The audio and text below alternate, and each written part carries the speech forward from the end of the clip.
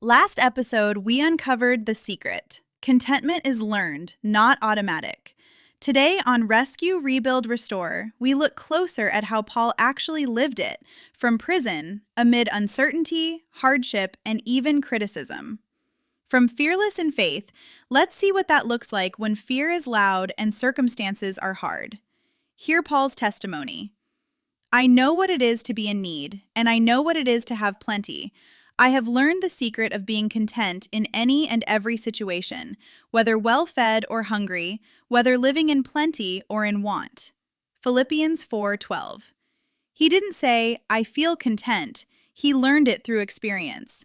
Paul's prison was real, chained to guards, future unknown, some believers preaching Christ out of envy to make his suffering worse. Philippians 1:15-17. Yet he says, what then? The important thing is that in every way, Christ is preached, and because of this, I rejoice. In the book, we connect this to our fears. Anxiety spikes when we tie peace to outcomes. Paul untied his. Christ was enough, whether life brought hardship or release. One resident, Maria, arrived gripped by fear. With an addiction past, she worried her baby would end up in the system. We read Philippians together. She said, I've only known want. How does Paul do this?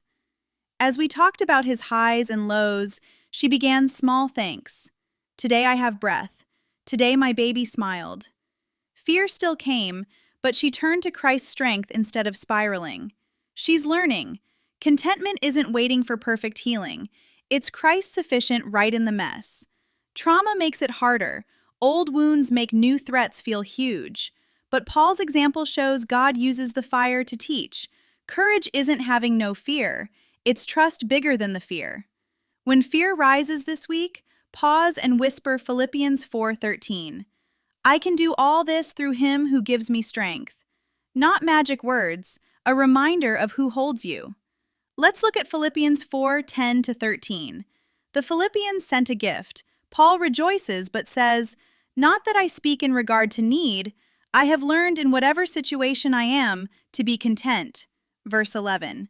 He's independent, not because he's self-made, but because Christ is his true provision. Verse 12 lists contrasts. Brought low and abound, plenty and hunger, abundance and need. He's lived both, shipwrecks, hunger, betrayal, generous support, and learned Christ holds steady in every one. Even when brothers preached to stir trouble, he rejoiced because Christ was proclaimed. For trauma, this lands deeply. Hypervigilance makes us scan for danger. Old pain makes setbacks feel catastrophic. Paul knew weakness intimately, yet discovered Christ's power perfect in it. Your lowest moments aren't disqualifiers. They're where his strength shines. Persistence matters. Paul learned over years, repeated trials, repeated dependence. You may not feel content today. That's okay. Every time fear hits and you turn to Christ, you're learning. God is patient, walking with you, saying, I am enough. Learning contentment means facing real life, need, abundance, criticism, uncertainty, and discovering Christ is enough in every season. Paul didn't bypass the fire. He learned in it, and his joy increased. Your fears may scream, but Christ's strength speaks louder. Next time, the finale. Bringing Paul's secret into your everyday. How to live unshakable contentment, turning fear into testimony. If you're ready for more, Fearless in Faith on Amazon has the full stories and scriptures to guide you deeper. The link is in the description below.